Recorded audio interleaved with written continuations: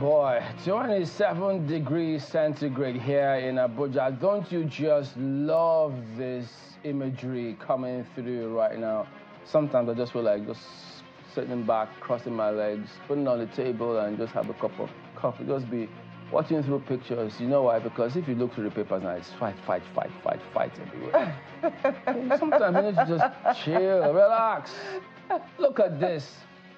It's Nigeria, by the way. This is, I think we call it Duse Junction here in Abuja. So, yeah, I could, some of this is have a way of appealing to your senses, you know. So if the other sense, if people won't give themselves sense, but this can help. It can be therapeutic, I tell you.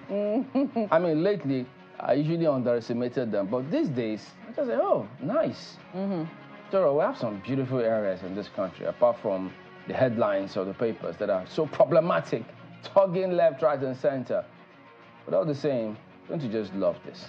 To be honest, Chamberlain, the view from the air is always very, very different. You know, sometimes you wish you were a bird, but hey, you don't have to wish them anymore now that you have drones and you can take in all of this and imagine, you know, what a bird sees from right up there. It is really beautiful to see. It might be a different experience on the ground, I tell you. Yeah. Especially when you have to drive through it. Sometimes, or some days, like as you're saying here, the roads are absolutely lovely to drive on. Some other days, they're a real headache. And I wish that, you know, we'll have officials. Oh, yes. It's not sometimes the fight you see on the papers. Oh, dear. It comes from right on the ground. Oh. So do not be deceived by what the bird sees right up in the air. Look at those hills. Flying right above it. But take a look at that junction. Infrastructure, mixing with nature, mixing with beautiful housing. I mean, it's certainly a sight to behold. Has large expanse, I mean, facilities like this where people can just go take your kids, walk around, let your investments flow. You don't have problem of no availability of petrol or diesel. You don't have to fight in the bus stops or queues. I mean, the resources you have can provide some of these things to this country. I agree with you, Chamberlain. People talk about how sometimes the resources that have been spent on this city alone could have built at least 10 cities like this. I don't know how true that is. Very possible. But there are people who say that, you know, who believe that. But this is what we have this morning. Let's not dwell on that. I mean, what is possible? What would have been possible? Let us dwell on what is possible. Oh, dear. You know, I think that states can actually take inspiration from the Federal Capital Territory and see what they can develop in their states and see how it is that they can even make their own capital cities. You know, look as beautiful as the Federal Capital Territory. It is indeed a sight to behold, especially when you're looking from up there, Chamberlain, I can tell you, especially when the grass has begun to green. Yeah, it takes deliberate efforts. It's just that sometimes some of these state governors, by the time they spend 4 years or 8 years, at the end of the day, they'll be richer than the states. You can say that again. You think that, oh yeah, they are coming in, you elect them, you're happy with the elections. And then when they finish, you ask yourself, so what has changed in my life? How has my life improved with all the fights I fought for all of them who got in there? What has exactly happened? You know, so sometimes you need to think. Put it in perspective, indeed. You have to, because that's how you measure yourself, that's how you grow. Okay, so yeah, several things will happen today, but I think we might just go ahead and take you through some of the papers this morning.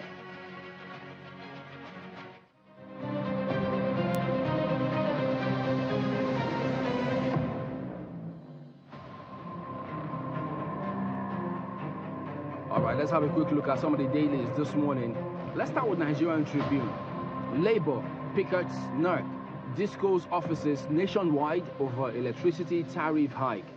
Demands complete reversal of power sector privatization. Wow, that's a big one right there. Complete reversal, the paper is demanding. Beneath that list, or CNG, Tinubu ends purchase of petrol-powered vehicles by MDAs. How is this going to affect anything? Well, that is part of what we'll just highlight probably as we move forward here today, so you have to just stay here with us. Vanguard newspaper leads with Labour protests, disconnect NERC, CCN, discos offices. But this Nigeria is saying narrative tariff hike. Labour Pickets NERC, CCN headquarters, branches nationwide. Tariff hike, that's Labour. They're picketing NERC, CCN's headquarters and branches nationwide. So that's what they live in here today. Or Daily Independent is the same thing. Electricity tariff hike protests. Power sector privatization, FG's worst policy mistake. Ascribed to Labour. Lots of riders there this morning on that particular one. But you get to see quite a number of dailies focusing on that. But let's go on to Business Day. Cardoso sticks to orthodox policy despite narrow pressure. So that's how the paper Business Day leads here today. But not just them. If you turn to Nigerian News Direct, inflation, CBN will tackle interest rates to retain foreign investments. Described to Cardoso. So, because investors are looking to see what kind of policies do we have here. So that's what you see on the front page right there. So let's look at some of the dailies today.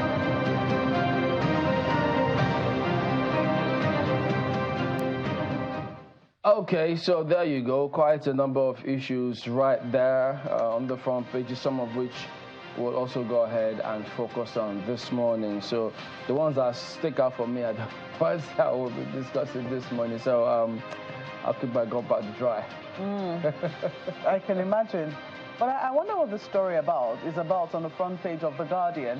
And when you look at the fact that you see this, that's The Guardian newspapers, when you take a look at this big SIM card, staring right in front of you and says MVNO licensees, 46 firms, and they talk about tier 5, tier 4, tier 3, tier 2, tier 1 companies committing 8.6 billion naira for licenses. That's the front page of The Guardian newspapers. I hope that, our producers can find it and highlight it there. It is quite interesting because only just yesterday, Chimling, I'll give you something very interesting. I received a call from my service provider telling me that, oh, ma'am, we noticed that you're using a phone that could support 5G, but your SIM is not 5G enabled. And I'm like, okay, what am I supposed to do about that? And they say, oh, you have to go and upgrade. That's one of our... I hope it's not going to cost more money. I don't know. I should ask everybody else who's done it to say, sorry, did you have to upgrade your SIM? Did you have to go to your SIM providers or your network providers to say, please upgrade my SIM? Or did you install an app? What exactly was it about? Anyways, I thought it was about the software too. Well, I was told instead to go to visit an office and upgrade a SIM because you want me to enjoy a service. I'm like, okay, thank you for the call. At least I now know why my phone doesn't function in places where it ought to function. By the way, too, I don't know if it's only me. I've been experiencing erratic services also on another line, but there is certainly a lot to look at with this story. Let's not take attention away from what it is I'm trying to highlight. On the front page of The Guardian newspapers, mistrust, greed, stall takeoff of new telephony licensees in 31 states. Find out why that is the case on page 6 of the paper. It might have nothing to do with the story I just told, but you might want to double check if your phone is 5G enabled, if you're actually enjoying 5G services, especially if you live in the area where there's 5G coverage. Well, interesting. It's mobile virtual network operators. All right. We'll see what happens. So there you go. That wraps it up today with some of the dailies, but just don't go away yet because we've got a lot coming to you this morning. So stay on with us. We will be right back.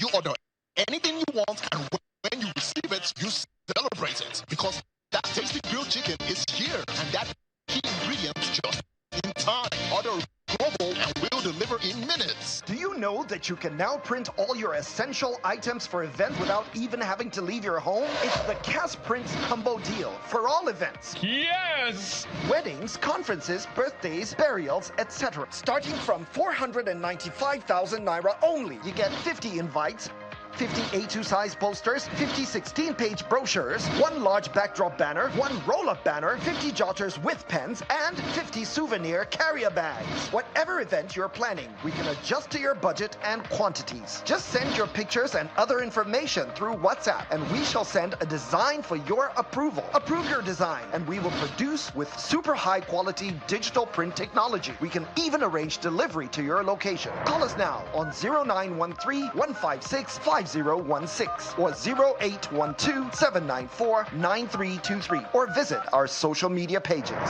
Prints, digital printing at super speed.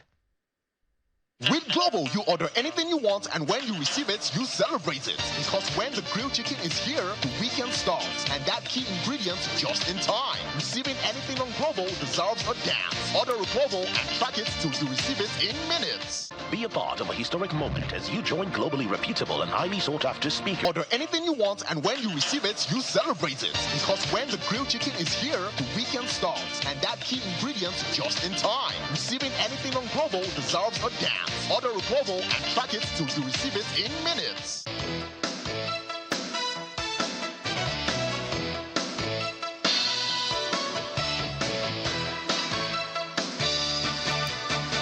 All right, welcome back to Sunrise City. Yes, we've got Mr. Segun Ajayi-Kadir here with us. He is the Director General, Manufacturers Association of Nigeria. Good morning, and thank you for coming on today. Good morning. It's a pleasure to be here. Yeah, good to see you. Let's start off with this. I mean, I know that there's been several things that, we all want government to address those issues. I've always highlighted those issues so that businesses can survive. By extension, people can have jobs. So what is the current situation now in terms of at least the general operating environment for manufacturers? Well, to be frank, the environment is tough, just like most other sectors. And it's actually a global trend that we have seen in business. Generally speaking, after recovery from COVID-19, the geopolitics that we have seen, the wars, the tension, has generally impacted business. So generally there's a lull. But in Nigeria, we have had quite a number of reforms that came with this administration, necessary reforms, I must say. But they have thrown up issues that we needed to deal with quickly for us to be able to get the economy back on track and for us to consistently work towards ensuring that those reforms lead to gains that they were intended. So I think this time are tough times that we need our thinking caps on and for all hands to be on deck, particularly government cooperating with the stakeholders so that we're able to go through the period that is obviously tough, not only for businesses, but for individuals in the country. Government would always say that, yes, we're doing the best for the people, but the people they're on a different page. Ever since the subsidy removal, we've seen the cost of products, services in the market out there. So in terms of government cooperating with businesses and the policies that they're coming up, churning out, do you get the sense that they are really addressing the issues that they should be addressing? Well, so I think we still need to continue to work with them so that they will address the issues that they need to address.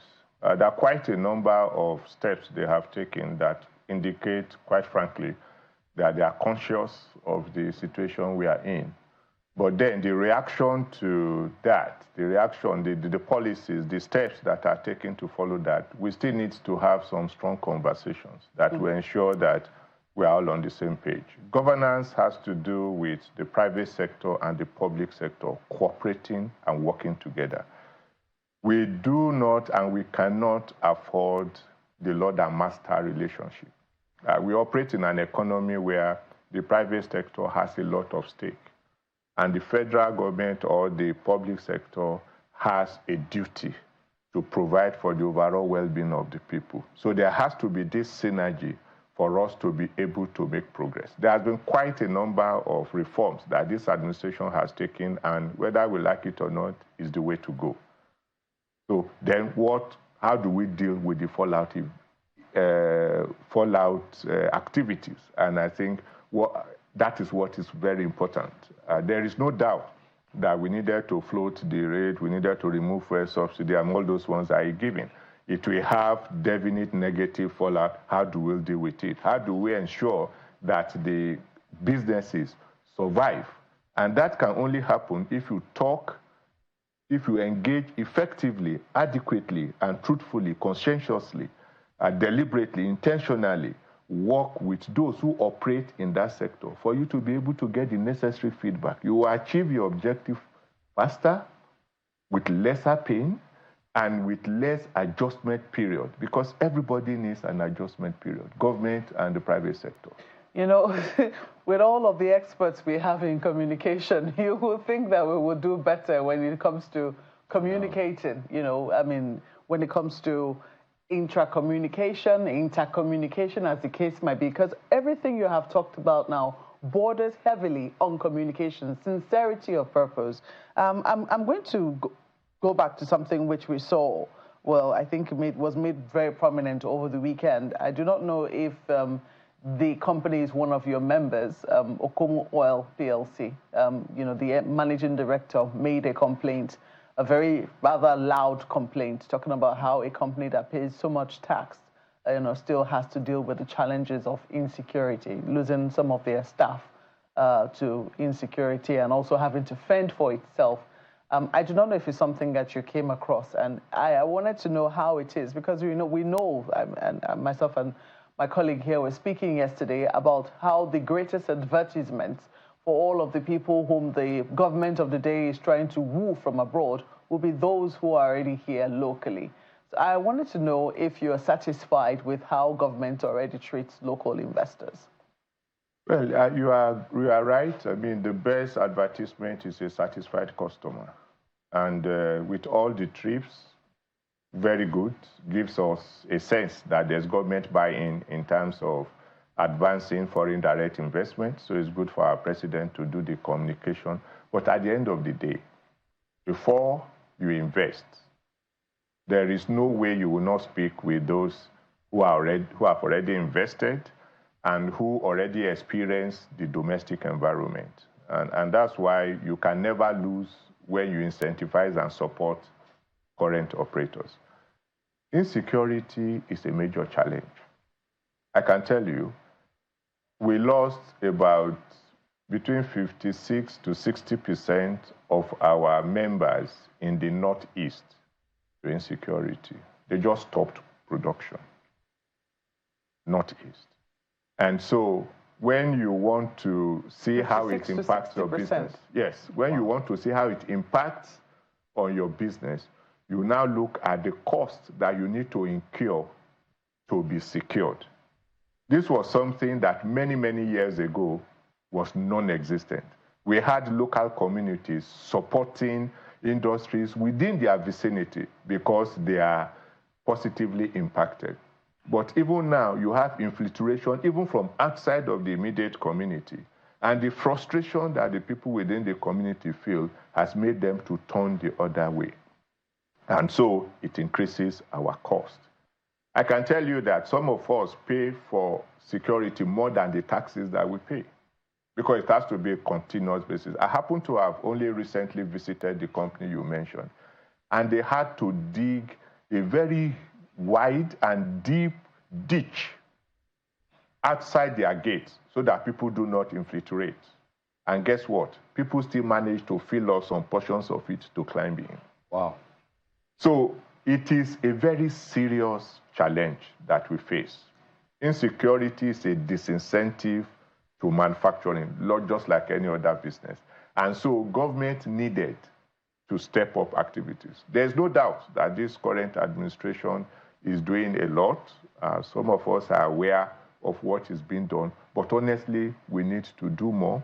And there's a sense of urgency in this because we need all that we can muster to be able to get out of this process. Man had predicted that by the second half of the year, we'll see incremental, we'll see improvement in terms of our performance and in terms of the performance of the general, because we believe that the reforms and so on will have kicked in, will have gone past the stage of adjusting, and will have seen some growth. We still want to hold on strictly to that outlook and that projection because it's good for us and it's good for confidence. So government needs to see that everything interplays, including security, policies and measures, for it to be able to fully manifest. Even I want to hold on to that promise. And I know, but only recently I was challenged. I visited a place and we're wondering how it was that, we're going to be dealing with subsidy. What exactly were, because everyone who looks at the issue of fuel and energy in the country, are you talking about electricity? Tariffs are going up. Are you talking about petrol? The price it's been pretty stable, but there's been some glitches in supply only recently. Stable. So there are conversations around it, and there have been questions as to, I don't know if man is also having those conversations with government as to whether it will come very clean on what exactly this situation is or how this current situation is actually affecting your own members. But then there are big questions as to when it will be possible, for instance. There are those who you speak to behind the scenes who will tell you, look, there's still subsidy going on in some parts of this energy chain. So the questions as to when will we be able, is it possible that we'll be able to do the energy sector without any subsidies? Big questions. People say, oh, yes, we might be able to do that if our earning capacity is more. And if our earning capacity is going to be more, manufacturing will need to be a big part of that. And there are big questions as to what exactly it is that we currently produce as a country that we can scale up. It was a very big challenge because when if you look around this room, for instance, you have to ask what exactly is made in our country. I don't know if, as manufacturers, you ask that questions. Do you challenge government to say, look around your offices, look around what it is that you use as government? Are there any areas that they can incentivize the manufacturing sector to actually, be able to do something in the short term to the long term? Well, first, I want to commend your communication. I think you should be a policy advocate as well. That is what we have always spoken about. Incidentally, this president, in the first 1 month of assuming office, made it clear that he was going to promote domestic production. The manufacturing sector in Nigeria has continued to underperform. Not because we do not have entrepreneurs that have gone into manufacturing to be able to produce and advance the performance of the sector, but because of the binding constraints that the environment has continued to throw up. So we assumed that when the president made this pronouncement, he was committed to removing those binding constraints. I mean, that is a given. And he has consistently stayed focused on making those pronouncements. What is just remaining is for us to see his lieutenants, the policies that are emanating from government, to see it as consistent with the statements that he has made in such a way that we are intentional about any decision we take. So if government is committed to that, every statement that the president is going to make, we need to be benchmarked against that promise. So we wouldn't have a situation where costs of manufacturing will continue to climb. We won't have a situation where the fiscal policy and the monetary policies will continue to clash and then limit the performance of the sector. We wouldn't have things that we don't expect. We wouldn't have surprises that will spring up and more or less double back on the progress that we have been making. There's no doubt that some of these reforms will have promoted domestic production. But you are at a loss as to how to reconcile it with some other fillers that you are getting and even some policies that you are getting that constrains the sector. Can you give us an example? Okay, for instance, we've had, though it's been resolved now, and more recently, it's about the issue of increase in electricity tariff. Okay, because we recognize that costs cannot stay the same. And that's why I was discussing with my colleagues yesterday.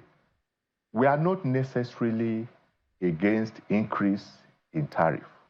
Let's face it, all prices have gone up. And those who supply power are business people.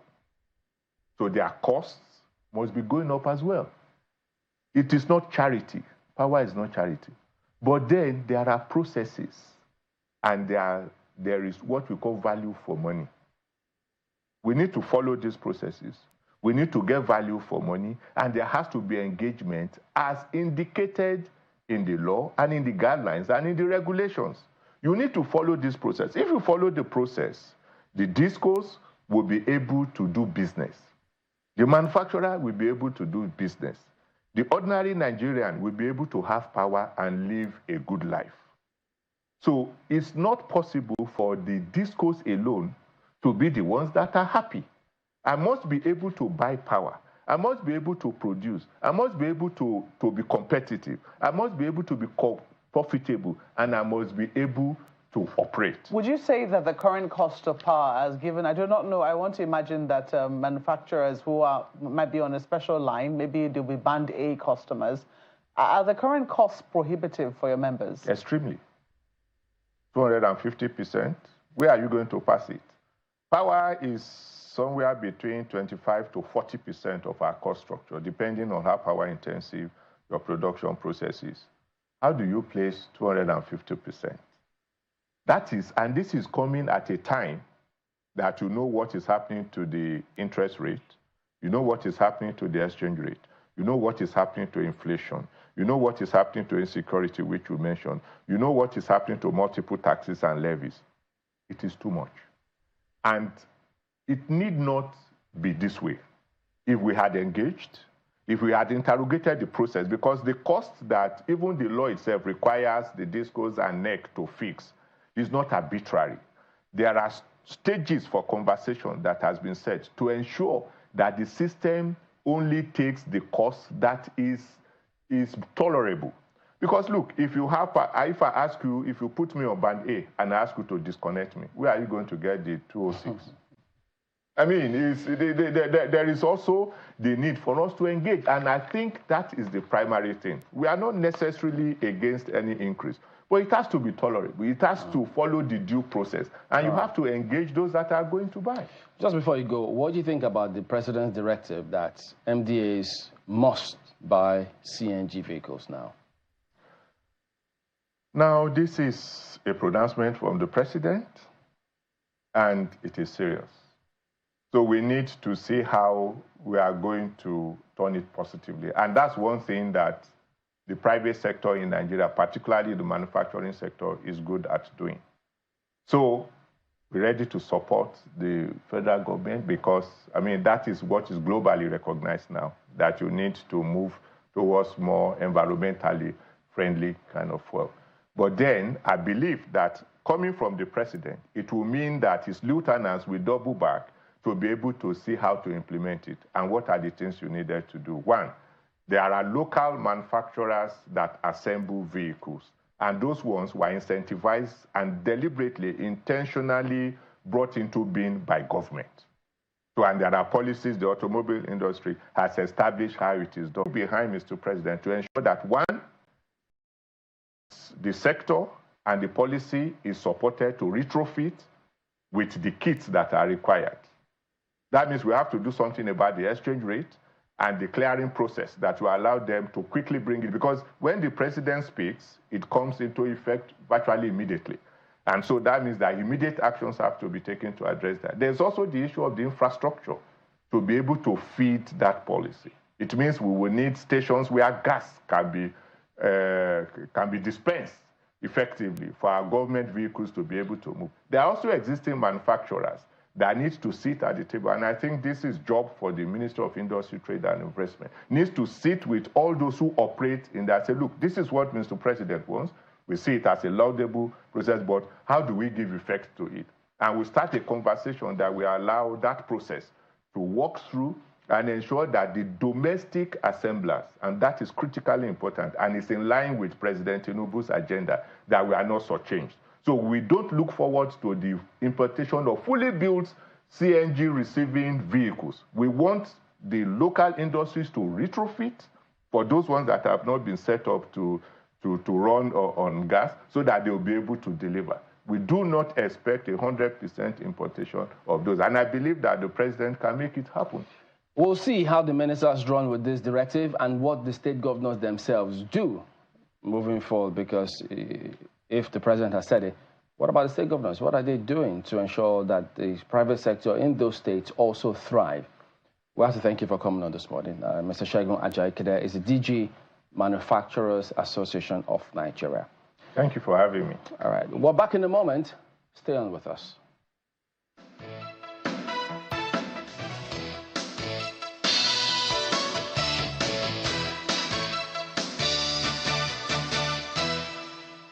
With Global, you order anything you want, and when you receive it, you celebrate it. Because when the grilled chicken is here, the weekend starts, and that key ingredient just in time. Receiving anything on Global deserves a dance. Order a Global and track it till you receive it in minutes.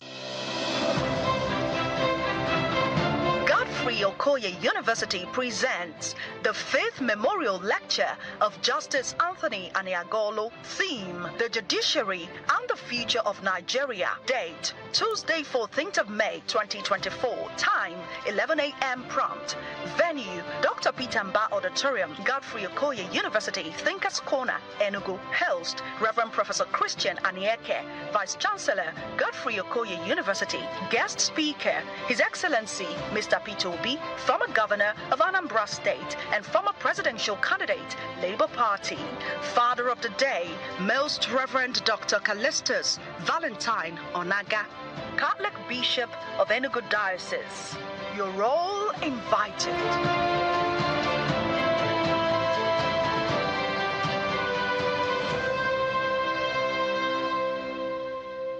With Global, you order anything you want, and when you receive it, you celebrate it. Because when the grilled chicken is here, the weekend starts, and that key ingredient just in time. Receiving anything on Global deserves a dance. Order a Global and track it till you receive it in minutes.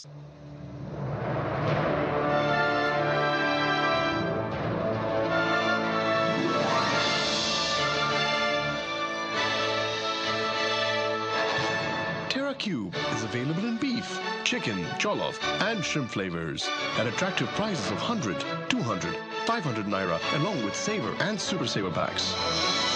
Terra Cube, unwrap joy, unleash taste. To thrive in this era of heightened geopolitical risks requires strategic leadership. Thus, to optimize your decision-making quotient and conceptual credentials, Texam invites senior executives to her upcoming program, Strategic Leadership Unleashed, Thriving in an Uncertain Global World. Join world-renowned professors Rodrigo Laline, Paul Griffith, and John Peters in the UK, who will adopt Texam's tested and proven methodology, which makes learning fun while enhancing your leadership prowess. Date: 27 to 30 May.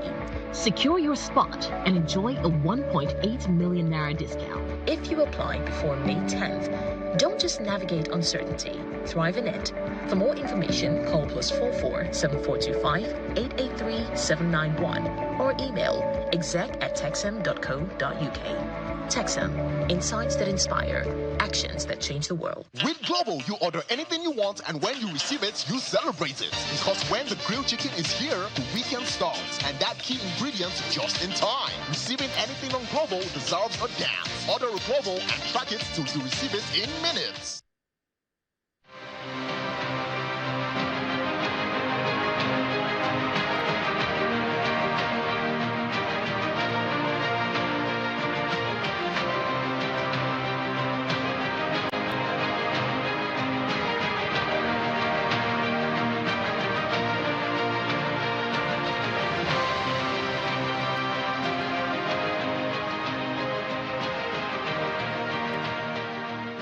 When I said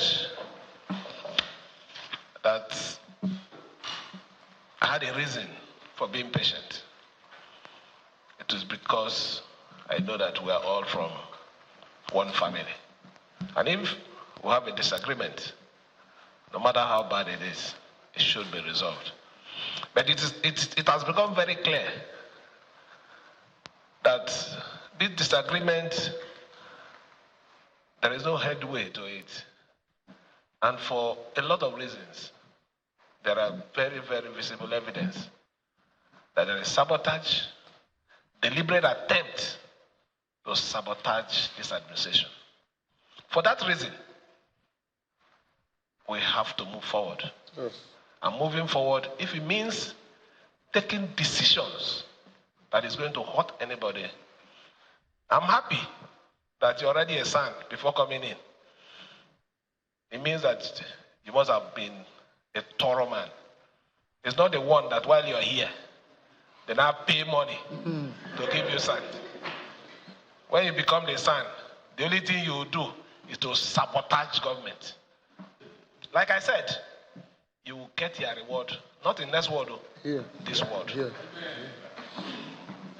Let me also say this. You have a big tax. As it is today, in the local parliament, they said the jungle has matured. We will be setting a panel of inquiry to investigate the affair of governance. Well, clearly, there are many rivers to cross, even in River State. Mr. Monday Ubani is here with us. He's a legal practitioner. Good morning. Thank you for coming on today. Yeah, thank you, Chamberlain. So, you know, sometimes some think that, oh, they're immune to some of these things going on. But lawyers, SANs, I don't know, who, and no one can miss that part. But he did say some lawyers actually pay to get this SAN conferred on them. And it raises a lot of questions about so many things going on in government. And who knows what else this rift might reveal. But let's start from the legal perspective, what we're taking a look at this morning. So when you hear those kinds of statements of SANs, the public will definitely wait a minute. I mean, most of these SANs we see, is that what really happens? That is not actually what happens. I'm also surprised at that statement. But he should be speaking from some fact somewhere. No, but he's not a lawyer. And I don't think he has been involved in the process of confinement of this position of silk to any of the lawyers. He is not a lawyer. He was never involved in the process. You know, that statement, you know, clearly is that of tune. But I'm sure. Someone who's been in the accounts. Yes, I'm he knows sure. Where monies are going. I'm sure at the end of the day, he will be in a position to make an apology, tender an apology for this. I didn't expect that from a governor on a serious note. And I don't think that is actually what happens. I don't think so. You know, it's a statement that was probably made out of, Is that you don't think so? You don't know lack of knowledge. I don't know so, and I don't think so too. Any lawyer that is conferred with that very privileged rank in Nigeria today, you know, earns it. It is given on merit. It's a very rigorous process, and that is the truth. For you to be a senior advocate in Nigeria, you pass through a lot of process, and you must have conditions fulfilled before you are conferred with that rank. And so I am aware of the process. I'm a lawyer of 30-something years at the bar. I have not gotten it. It could have been conferred with it if it's given so cheaply. You've not chosen to pay? No, that's not true. It's not being paid for. I have the money to pay for it, but it's not being paid for. You have to earn it. You have to justify it. But, you know... So I don't think that is a good statement. That also casts a lot of questions about the judiciary in all of this that is going back and forth. Because, of course, you know that there are several court decisions on this matter, albeit interim, and you keep wondering.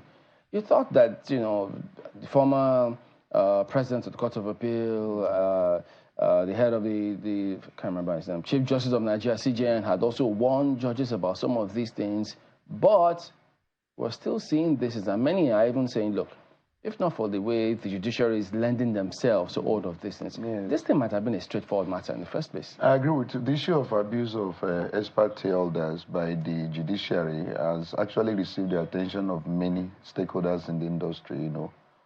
Recently, there was this particular national summit on justice.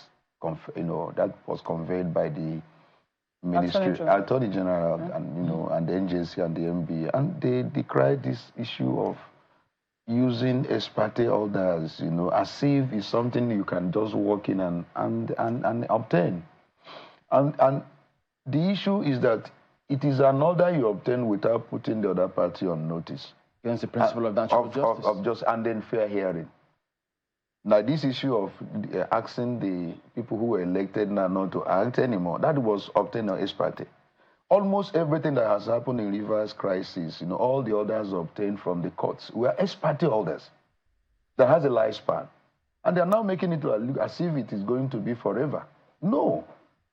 So it's giving a lot of people in that sector, much concern. And that's why there's going to be some level of measures. The CGN also decried it, and the CGN is trying to put measures in place to guide the process of obtaining ex parte order. It is an order that's supposed to be given on an emergency situation where there is a threat to the destruction of the substantive issue that you have brought yourself to court for. So, issue of giving it without any proper reason is something that really confuses the entire stakeholders. Help us explain this. Yes. Two conflicting ones. Yes. First, the one that was given in January by Justice Omotosho, where he restrained, I think, 17 others, including the governor, the IGP, several people, from either preventing the, I think, 25 lawmakers thereabouts from carrying out their duties or submitting any other documents to any other group other than these 25. That's right. And then you had another one coming from the Rivers State High Court, where he did recognize some of the other ones, saying, well, these are the group of people who should be, and these other people have no such claim whatsoever. So, since they were both obtained in what you refer to, how do the people relate to now, the Abuja order, was it obtained ex parte, or was it obtained after, a substantive trial has taken place? Now, if it is obtained after a substantive trial has taken place, then the order of the High Court in Rivers cannot in any way overrule that, because they are court of coordinate jurisdiction. You can only obtain that order by going on appeal, or the court that gave that judgment setting it aside. Has that been that process? I don't know what happened. I think it's Justice Omotosho that gave the order restraining. That order, has it been vacated? If it's an ex parte order, it has a lifespan, no doubt, But if it is given after full hearing, then means that you have to reverse it on appeal. Has that process been complied with? The issue of now a High Court in Rivers giving an order that they should stop parading themselves, is it a review of the earlier order? Can they do that under the law, under the Constitution? And I said no. My take on the issue of those who defected, and I want to really say it here with every sense of responsibility. I've heard the opinion of many lawyers on this issue, and this is my own opinion. Section 109, if they can bring it on the screen, 1G, specify the position of a defecting legislator under the 1999 Constitution, 109, 1G. He said you are supposed to vacate your seat upon defecting to another political party, because you come under a political platform. The moment you leave that platform under which you came in, you cannot be an independent candidate. It's not recognized by law. Now, if you do that, you have lost your seat as a legislator. But the same Constitution now went behind to now say, made a proviso. By reviving the right of that individual that is said to have lost his seat. You have lost your seat the moment you defect. But if you can now prove two things. One, that there is a division in the political party you are coming from, or there is a merger, then your right again is revived. So you are supposed to be there. Now, if such happens, and I'm saying it's only the court now that comes in, because the issue of right now is to be determined. And under our Constitution, 6.6b, it is only the court that determines right and obligation under 1999 Constitution. No other institution. Because issue of right now is issue. I'm saying, yes, I have actually defected, but I have a reason why I have defected, because I'm alleging division or merger. It becomes issue of fact. The other person says, no, there is no division, there is no merger. It becomes the issues are joined. It doesn't automatically kick in. It does not. It's the court that now determines it. And my fear, my problem is that people are now saying, oh, it's automatic that the court has no right now to determine. The court can't come in. I said, no. You are not reading the Constitution as a living document. The 1999 Constitution is a living document.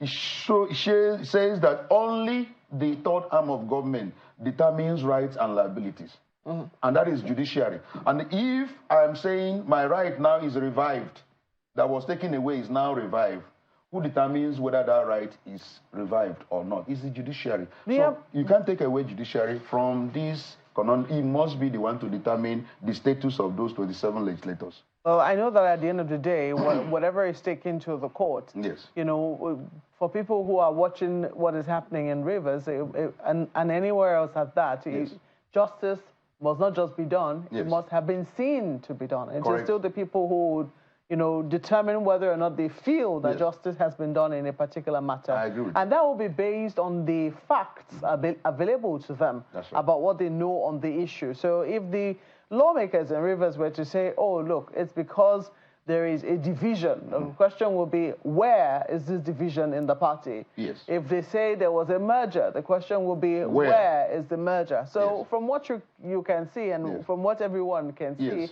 has there been either a division or a merger? No, you cannot determine it.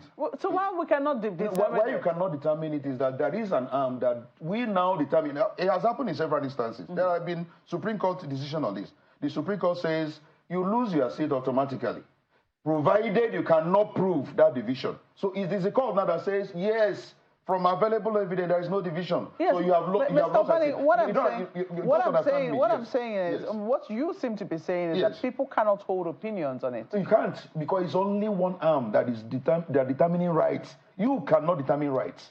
You as an individual, you have a right to your opinion. Yeah, I respect your opinion, and everyone respects your opinion. But I'm saying, in this issue of determining that rights and obligations now, you cannot in your bedroom. It is the court. You go to the court. The court now says, yes, so you are wrong. There is no division. There is no merger. So you are losing your seat. Without that pronouncement, nobody can say in his bedroom and say that right has been lost. Okay, let me just even give the instance. Yes, right. So, I mean, as journalists, for, yes, instance, we cover these issues. I mean, we cover the... you cover what is happening in the state, you cover what is happening at the federal government. That's when right. There was a merger, yes, I mean, a merger of political parties. We all know it. Exactly. It was not some. It was not hidden news. It was something we all knew. Yes. When there was infighting, yes, excuse me, when we saw, for instance, is it 5 governors initially, or is it 7 governors in the very first time in 2015, yes, walk out of a particular convention, yes, and, you know, go out on their own and say they're no longer members of this party. They're going to, right, or even forming another, you know, new body. As is it what they call them? Is it G5 or G7? Yeah, was some they named themselves, gave themselves a name. Yes, before they eventually joined a new coalition or a new party, as the case might be. We saw all of that. I mean, in this particular instance, I'm just asking if you have seen or heard any of these kinds of instances coming up in River State. You're very brilliant. And that is what the framers of the Constitution want to stop. This issue of you are in a political party, and that political party help you now to enter into political position. You now midstream jump. The framers of the Constitution say, no, we cannot tolerate that anymore. You must lose your seat. And I agree. That is a very fine provision. It is done in all countries, even in India. It's a constitutional provision. In fact, they even enacted a law that is anti a situation where you keep on carpet crossing without any justification. But the problem with this Constitution of 1999 is that after taking away that right, that you cannot do that, now revives the right. That is the problem. I'm totally in agreement, and I'm against those who jump. In fact, in one a situation in Nigeria, a governor jumped a political party three times in a day. He was one in the morning, in the afternoon he joined another, in the night, it happened in my state, I'm just telling you. And so the constitutional, those who frame the Constitution say, no, we cannot allow that. You can't be doing that. A political party wastes all the resources in sponsoring you and you become a member of the House. You now jumped another, saying what? But that same Constitution now went and revived that right and saying, provided you can prove that. I'm in agreement with you that it is something we all have to see, whether there is a division or whether there is a merger. I agree with you. Yeah. But I'm saying, because of that proviso, Under our constitution, it's only the court now, because the right has been revived, can determine whether that man who says there is this or there is this not, that it's not, will now remain there. So if it's not determined by the court, who should go individual to court cannot, I don't know who will go. Somebody can go to court and say, you have no right to have jumped. Maybe a member of the House who has a locus. You have no right to have defected because there is no division in PDP as at the time you did, or there was no merger. And then the court now will look at it. You present your evidence where there is issue of division and say, my friend, there is no division. You have no right, you have lost your seat automatically. It's only the court that can make that pronouncement. I'm not against those who are, arguing that, look, we didn't see any division in PDP when these guys say they have jumped to another political party. But my own position as a lawyer, and who understands the workings of the law, is that issue of their status and legitimacy must be determined by an independent arm of the government, and that is the court. Okay. I hope you understand me. We understand each other. I certainly do. I mean, and I hope that the viewers at home, because I'm asking the questions for their own benefit as well. Yes. I am just wondering, when you now look at, because, I mean, as you might know, many lawyers have made comments on this, and one of the very prominent ones, Mr. Femi Falana, only recently disagreed with this position. It would seem. I heard him clearly. Yes, I heard him, yes. Yeah, that he believes that the lawmakers have automatically lost their seats. Yes. But then it raises. He also did say that the governor does not and cannot tell lawmakers where to sit. So from what you're currently saying, yes, this conundrum that has now been raised, where we have 3 or 4 lawmakers who are now saying that they've elected a new speaker. They sat yesterday in the new office provided for them. What sort of conundrum does it raise in a place like Rivers, where we have seen laws enacted? I don't know how the courts will determine the status of those laws.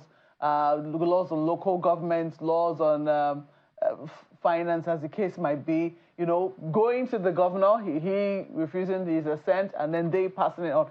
What would the status of those kinds of legislation be in future if, it is upheld that they were not legitimate in the very first instance?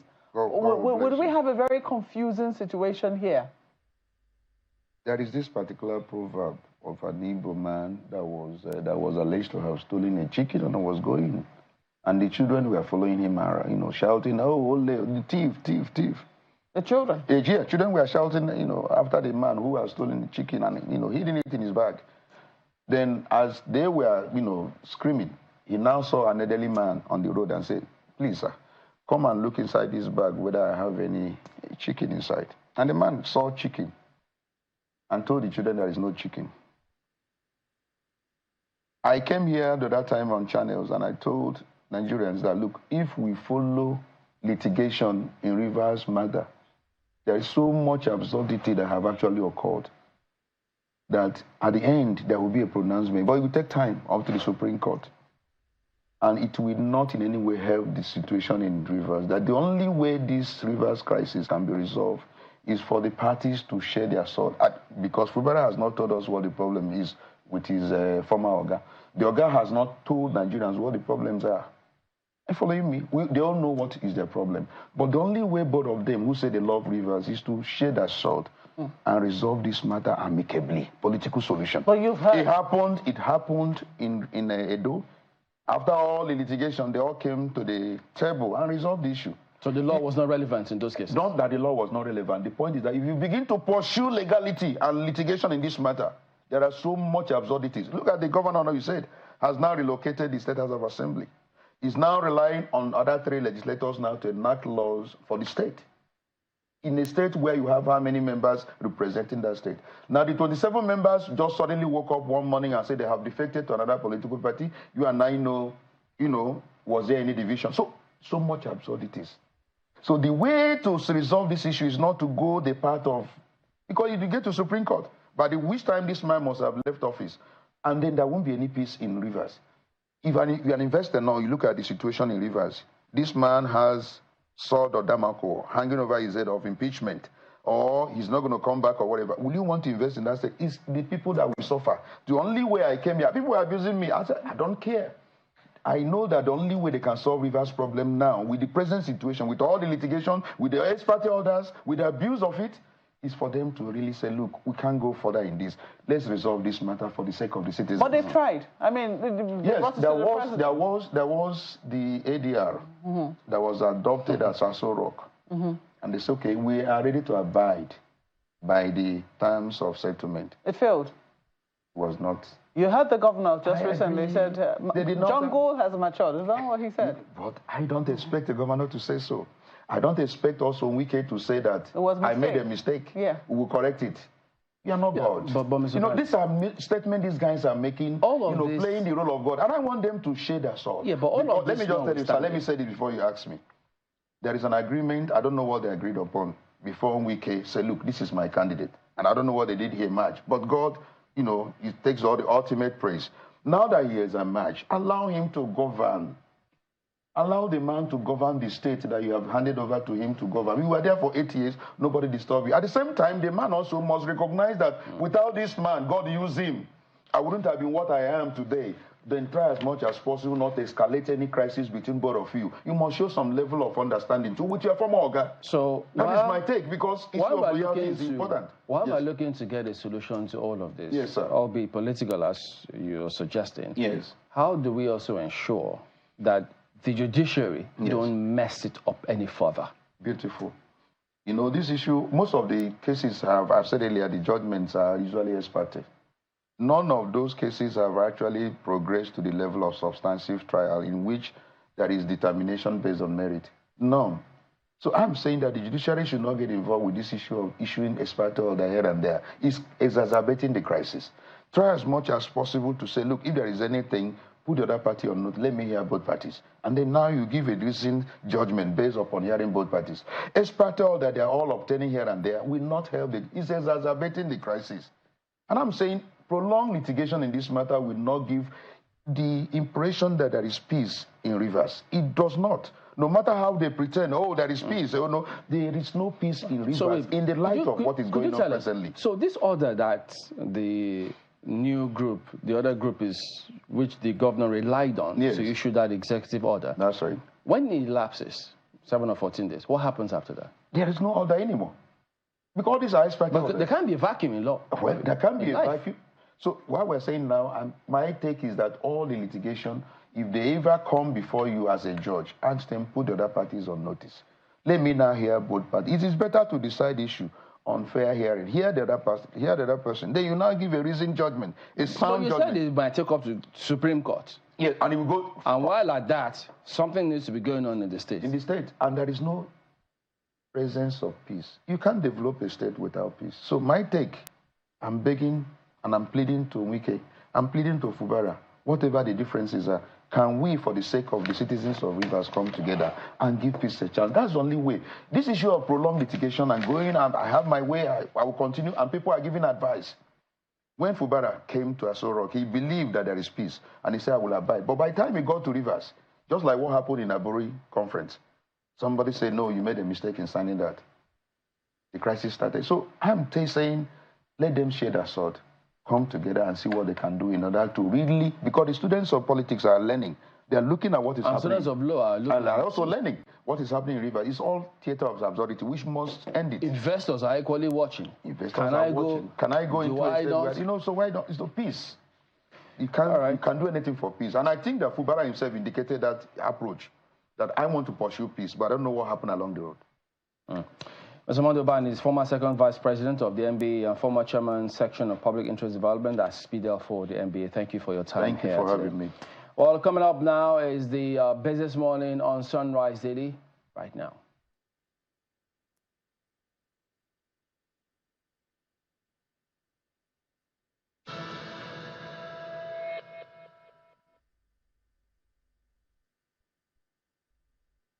That's right, Chamberlain. Just as you said, the investors are also watching to see what's happening in Rivers State. And of course, it adds to the color that they see Nigeria through. So if we're trying to attract FDIs, then we should also take care of our politics in-house. Good morning, everyone. Welcome to Business Morning on Sunrise Daily. I'm John Mekwa. This is where we do just about 30 minutes of business before we head back to the Sunrise Daily studio. So we start from the global space, where oil prices were a little changed on Tuesday as investors eyed fresh drivers, which include the upcoming U.S. inflation indicators. Nigeria's inflation is also expected tomorrow, and a monthly report from the Organization of Petroleum Exporting Countries. That's expected this week. Now, this is what has happened to the numbers this morning. It dropped. We see there 0.7% in the red for Brent at $83.30. Just yesterday, trading opened at $82, and now we've seen gone up to $83.30 after it dropped 0.7%. 0.04% is what it's dropped by for WTI of the United States, $79.09 a barrel. And there are new fresh drivers to oil prices. As we told you, there's the U.S. inflation, which is being expected. That will also determine what direction the Fed will take. Will they cut interest rates soon or not? So if inflation is still high, then of course they have no reason to cut. But if it has reduced drastically, then they may be able to cut. And then also you have the wildfire, unfortunately, in Canada. There's a wildfire going on there, remote Western Canada, that could drop the country's oil supply. Although at this time, no operational disruptions have been reported, but firefighters on Monday were racing to contain a blaze in British Columbia and 2 in Alberta, near the heart of the country's oil sands industry. So you see that those are potentials coming up. I wonder what it will be in 24 hours. This time tomorrow, I wonder if we will still be able to say that it has not disrupted oil production. But that's something to look out for at this time. Then we come back home to the Naira and see where the NAFEX gained yesterday for the first time in almost 2 weeks to close at 1,449 Naira. That's it. That's for NAFEX. While for NAFEM, it's however, dropped. It opened at 1,466 Naira 31 kobo. This is the number we had yesterday morning, but closed at 1,478 Naira. So we know that more activities go on in NAFEM, so that captures the more realistic picture. And NAFEX has a little bit less, or a whole lot less, so that's why we saw that. We hope to see that there's a change in the trend. You know, there's anticipation of the central bank intervening in the market, perhaps. Well, I don't know if it's going to be this week, but we are training ourselves not to get excited about it, because a lot of times it just has that immediate effect and then it wears off before you know it. The Naira has to get grounds, foundation, before we can celebrate it again. Connected to that, Nigeria has experienced a 6.28% decrease in its total direct foreign exchange remittances for the first quarter of this year. Unfortunately, that amounts to 282.6 million, and this according to data from the Central Bank of Nigeria. This current value represents a decline from 301.57 million recorded in the same period of the previous year. That's year on year. Nigeria's direct foreign exchange remittances refers to money transfers from Nigerian family members, you know, individuals outside the country into the country. The inflow of direct remittances into Nigeria is facilitated through various channels, including international money transfer operators and banks. Remember the IMTOs? The central bank had tried, you know, to make it easy and more friendly. But unfortunately, for the first quarter, we still see that there's a drop in remittances. Well, on month-on-month basis, there was an increase, in direct remittances with a total of 138.56 million received, marking a 75% growth from January 2023. 779.19 remittances fell to 39.15, and that's a 53.26% drop from the 83 in February. So I guess the central bank will have to look this way again to see if there are some factors they're discouraging the remittances, or if, it's just the economy in those other countries are not doing so well. That's a topic for another day. Now, I'm sure you've seen everywhere now, Nigeria and Taiwan trade. They had a business forum yesterday. It came up again that trade between both countries was about $300 million last year.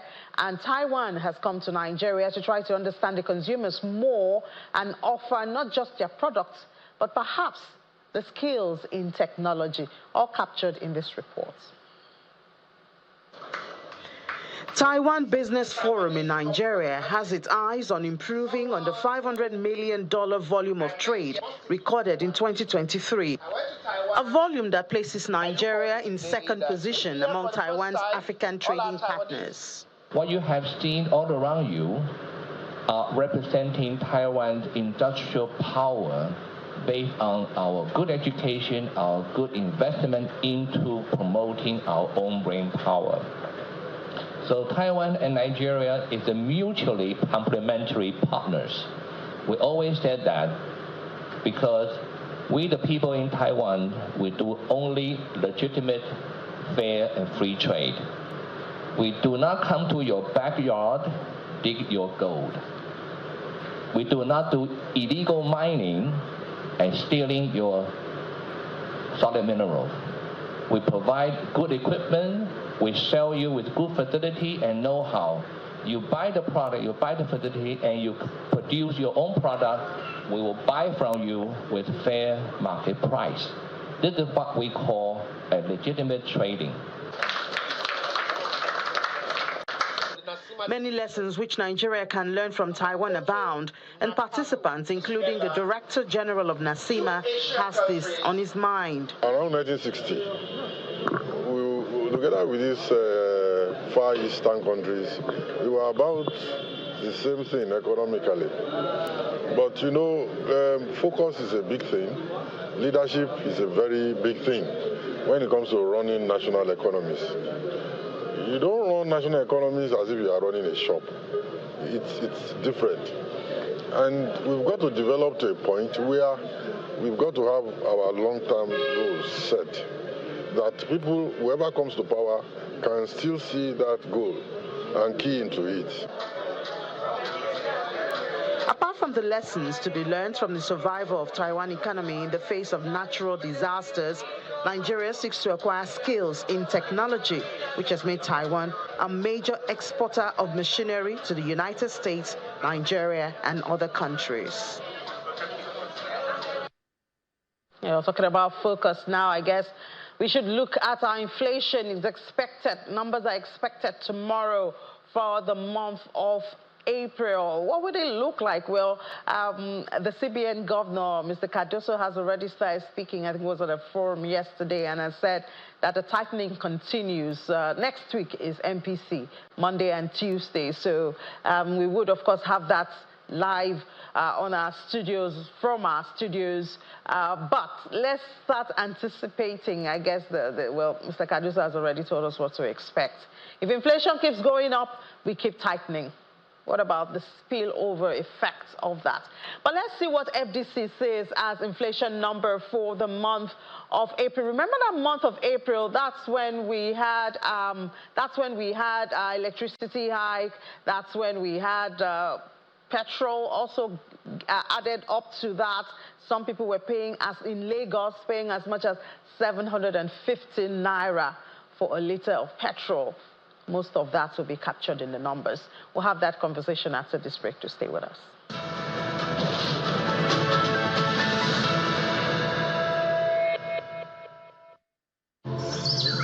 $34 million hectares of arable land. Over 200 million people. One nation.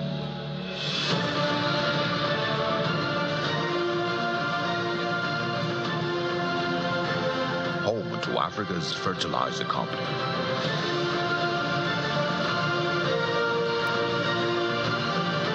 Dangote fertilizer. Pure urea fertilizer.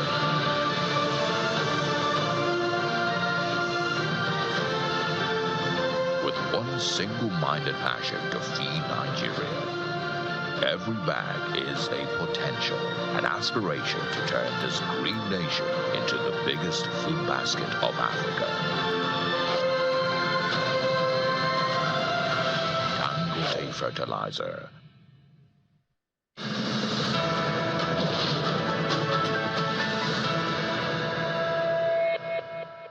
Now let's delve into that conversation with senior analyst from financial derivatives company, Dr. Adesola Somani joins us virtually from Reading. Dr. Somani, good morning and thank you for your time. Good morning, Ini. Thank you for having me on the show today. All right, so FDC sees inflation hitting 34.25%. Tell us what factors, I think mostly general, we live with them every day, but can you tell us the factors that FDC consider to hit this 34.25%? Indeed, thank you, Ini. So we at FDC, we forecast, we see a marginal increase in inflation by around 100 basis points to 34.25 in April. And this is driven by a couple of factors. Number one is planting season, which is seasonalities, I beg your pardon, which is typically associated with a scarcity of commodities. In addition to that, we've also seen petrol scarcity in April, which further pushed up prices. We also saw logistics costs going up, which contributed to prices going up. Finally, we saw the pass-through effect. Actually, in April, we saw the effects moderate, remain stable, or appreciate, I beg your pardon, quite significantly. And so that's moderating effect kind of moderated headline inflation. So that is why we are not seeing so much of a hike despite all of these factors. If you look at core inflation, which is headline inflation less seasonalities, we saw core inflation actually depreciates marginally by 0.6% to around 25.28 percentage points, to around 25.28%. And food inflation increased by around 100 basis points to around 41%. If you look at month-on-month inflation declined to about 2.7% from 3% last month, which kind of signals that, okay, a headline inflation is reaching its peak and we should soon expect it to change its trajectory. Yeah, but I guess it would be too soon to expect the MPC to loosen or even hold, because the CBN governor has already hinted that, we are still on this hawkish stance. Indeed, inflation currently is like near 30-year high, which is quite significant. I think it's quite important for the central bank to anchor inflation before it becomes entrenched. We're also seeing the Naira weaken from being the best performing currency in, I think, end of March, to being the worst performing currency in April. These are important factors that the CBN needs to consider. And the recently completed IMF Article 4 consultation, one of the recommendations was to kind of anchor inflation, and unfortunately that may mean further increasing benchmark interest rates at the upcoming meeting next week. It's important to note also that already this year, the central bank has increased benchmark interest rate by around 600 basis points year to date. So that increase year to date, does it correspond to the reduction, if I could say, of inflationary pressure? Because inflation hasn't reduced, but I guess the pressure, the rate of increase has reduced. Can we say it's been worth it? Indeed. One challenge of monetary policy in Nigeria, and as well as many emerging market economies, is the transmission mechanism, which is simply how the policy change affects the real economy. Here in Nigeria, the transmission mechanism is quite weak. Also, part of the drivers of inflation are structural factors such as insecurity, for example, and tightening would not affect that. But it is kind of signaling, the tightening kind of signals the intention of the central bank, and it helps to anchor inflation. So I would say that the tightening, particularly the significant increase in benchmark interest rate, has had some effect in moderating headline inflation so far. And while we're having all of this, what's happening to our domestic prices? I know you did say it's planting season, so we expect a lot of the crops to be increasing in prices. Essentially, so if you look at the domestic commodities prices, you see the commodities without FX content, which have to do with planting, you see them increasing in price. If you look at the price of onions, it's up month on month by around 17%. Price of tomatoes is up also month on month, 16%. And the price of peppers is also up month on month, around 10%.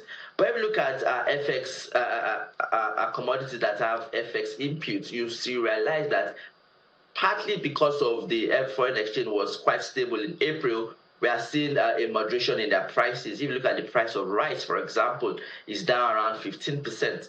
If you look at the price of noodles or margarine, they are both down 4% and 16% respectively. So I think that for these commodities that have FX content, while the FX was stable, was relatively stable, we saw some moderation in the prices. But for other commodities that have to do with planting season, we've seen the prices increase because of scarcity during this period. Yeah. So, Dr. Sumani, just before we let you go, how many basis points increase MPC next week? Oh, MPC, we are expecting. I mean, if you look at the preponderance of the balance of probabilities, we think that it's more likely that they increase by around 100 basis points at the next meeting. All right. Thank you so much for that. Thank you for having me. Let's take another break. When we come back, we head to the oil and gas space.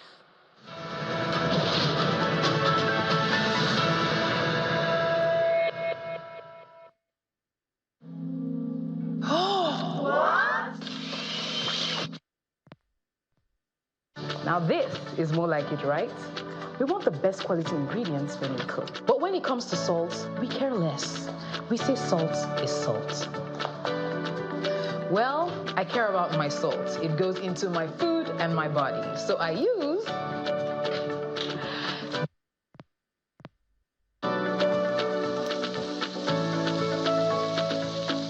Dangote salt is high-quality salt that is refined and iodized to give great taste to my meals and also to support my family's health and well-being.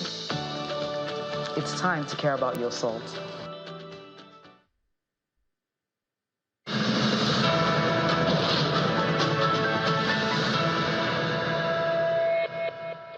Welcome back. Well, yesterday we had that story that the Nigerian National Petroleum Company, that's the NNPCL, and the Natural Oil Field Services Limited have commenced oil production at Oil Mining Lease 13 in Akwa Ibom State.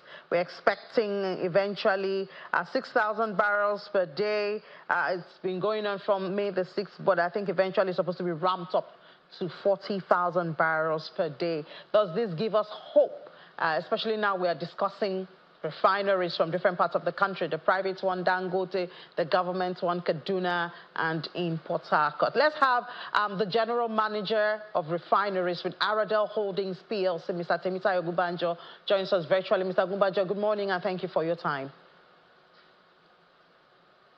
Yeah. So when we hear stories like this, for people who are not in the oil and gas space, kind of vague, does it make any difference, really? Yes, it does. First and foremost, for every Nigerian, I'm sure we all know that oil and gas sector provides, over 80% of the foreign earnings into the country. And we've steadily seen the decline in that production from that sector over the years due to, of course, the depth of investments in that sector to grow our new production, increase our reserves, and all of that. So it's affected the nation, over time. So when we then see new production coming up, it is something to be happy about because, of course, it provides more earnings for the country, which in essence also funnels to, finance other things that the government is doing. So yes, it is a cause for optimism. Yes. Yeah, but it provides more earnings if it can fight the challenge of oil theft, because I mean, we've been fighting oil theft like forever. And we don't see our production. It's been 1.2. We hardly hit 1.5 or 1.6. We've not been hitting our quota. So, I mean, isn't this just another avenue for the oil thieves? So, you have a point. I mean, our OPEC target last year was 1.7 million barrels, which we didn't meet, which caused OPEC to reduce it to 1.3 for this year. And even that 1.3, the figures for last month shows that we were below that. And yes, a large part of this is with regards to the depth of the oils in the creeks of the Niger Delta. That said, though, there's a lot of focus and concerted efforts being made to plug those holes. The depth from the pipelines systems have been put in place.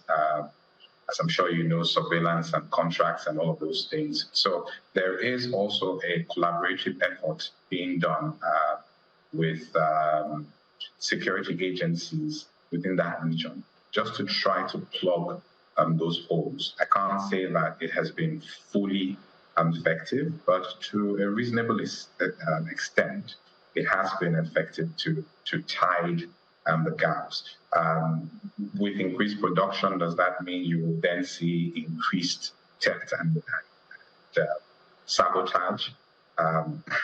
Well, we need to wait to be able to see that. But there is the pressure on the country to be able to grow its oil and gas production. Because when Nigerians hear that well, we were waiting for refineries to start working, and now it seems refineries are coming on board, but where is the crude? We hear Dangote importing crude, WTI from the United States. Perhaps it's a business decision for him. But when we also hear that Nigeria has cases of debts for resources, where we're using our crude. So crude that has not even been extracted are going to be extracted just to be used to pay off debt. Then we wonder, are we going to get to a situation where we're now importing crude because we now have working refineries? Good question, Eni. And I think you actually touched on it in the points you make. The fact of the matter is quite a large portion of the crude production is pledged. Investments that were made also have covenants tied to it, debt covenants, and a lot of this is committed basis, to the finance providers. So you will see that happen. That we do have these debts to be able to pay. A lot of the revenues from that crude production is tied to that. But like you rightfully said as well, we've actually seen the local refining space open up significantly with the modular refineries like ourselves operating, and now Dangote as well coming into the fold. Dangote is still at about half the capacity, and hopefully by the end of the year, it should ramp up significantly. These volumes are significant for a country like ours. And part of what the regulators are doing together with ourselves is to try to see how to make this crude available. Yes, there is the challenge because some of this is pledged, like I said, but there is work that is ongoing and this focused work to try to make this crude available. So in the immediate short term, yes, you may hear things like Dangote having to bring in a cargo, 2 cargoes from offshore. But there, I can tell you that there is work that is ongoing to try to ensure that the cargoes are made available, not just to Dangote, but to all the local refineries in Nigeria. Yeah, so one time, the conversation around modular refineries was that it's not economically viable, you know, for a country like Nigeria. But I see now that there's been a lot of conversation between modular refinery owners like yourself and the government. Tell us what's the position at this time. Yeah, so it's a misnomer, and I think people are not well informed when they make comments like that. Yes, a modular refinery is small in scale. We're 11,000 barrels per day. If you compare us to a Dangote whose capacity is 650,000, barrels per day, I mean, we're not the same scale. That said, though, we fulfill a market need. Right, I mean, a year ago, 2 years ago, you had over almost 90-something%, and I think well over 90% of the products that are consumed locally in Nigeria being imported. The large part of it being petrol, which was 100% being imported. You had diesel, you had, all other sorts of products.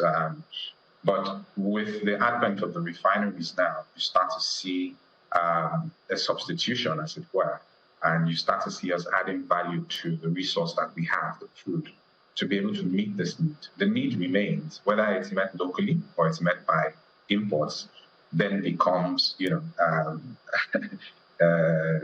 focused decisions by the industry and by government.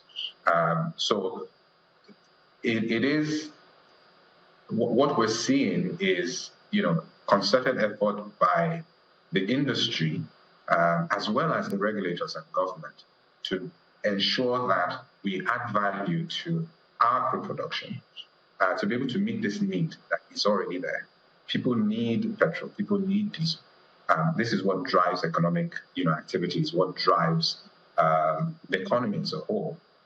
There is a need for energy security as well in the country, and if you're beholden to imports, then you're open to the vagaries of demand supply, you're open to the vagaries of price volatility, all of those things, which you have greater control over if you are the one providing that production locally. So yes, the conversation, encompasses not just the conventional refineries, but the modular refineries. And there are quite a lot. Like I said, there are a number of us that have started production, but there are even a greater number that are still under development that hopefully within the next year or two, you will also see them come on. Just before we let you go, I know you have an association of refiners. What's your level of production now? Current production of those who are producing, we are about 35 to 40,000 barrels. By the time the other players come into play, I think cumulatively we should be as much as 100,000 barrels per day. And I guess you focus on PMS, which is the most needed at this point, or you diversify? Not quite actually. Okay, all right.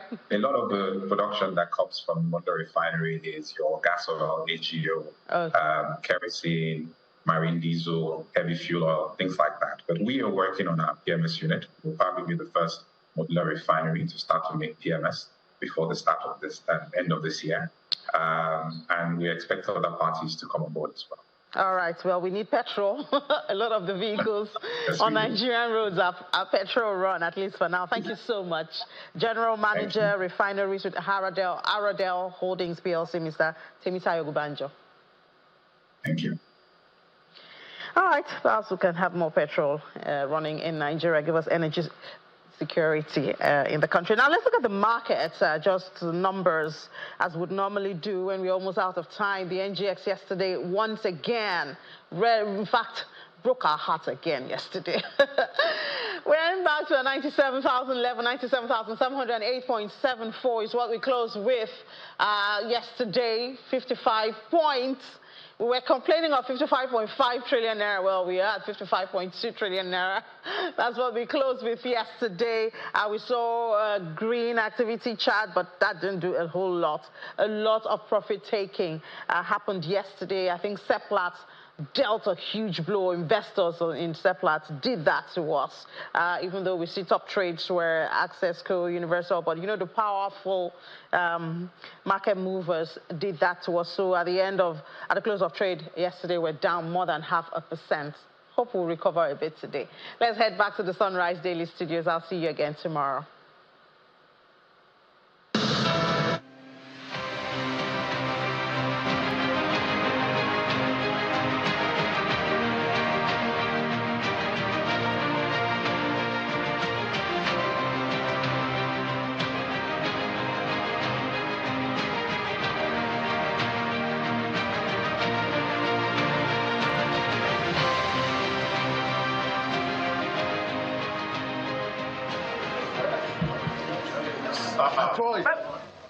The chairman of the Independent National Electoral Commission, INEC, Professor Mahmood Yakubu, is meeting with chairmen of political parties in Abuja ahead of the 2 off-cycle governorship elections in Edo and Ondo states in September and November this year.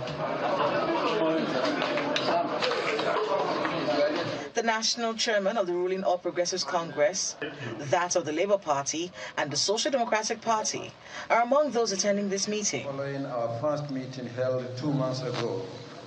Top on the agenda for this meeting is the update on the preparations for the 2 forthcoming governorship polls in Edo and Ondo State. Today's meeting will update party leaders on preparations for the Edo and Ondo governorship elections. As you are aware, the Edo State governorship election is holding in the next 4 months on Saturday, 21st September 2024, while the Ondo governorship election holds in the next 6 months on Saturday, 16th November 2024.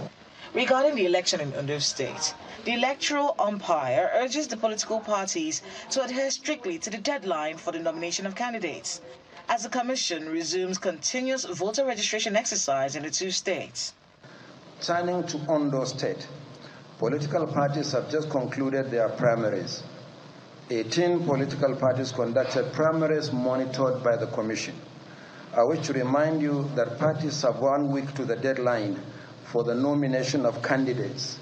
As the elections in the 2 states approach, the Commission has decided to resume the continuous voter registration in the 2 states to enable eligible citizens who are not registered as voters to do so.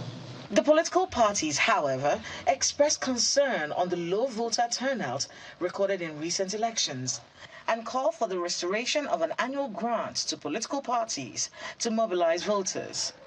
We are deeply concerned by the low turnout in recent years, particularly in 2023 general elections. It calls for concerted effort by all stakeholders in the electoral process.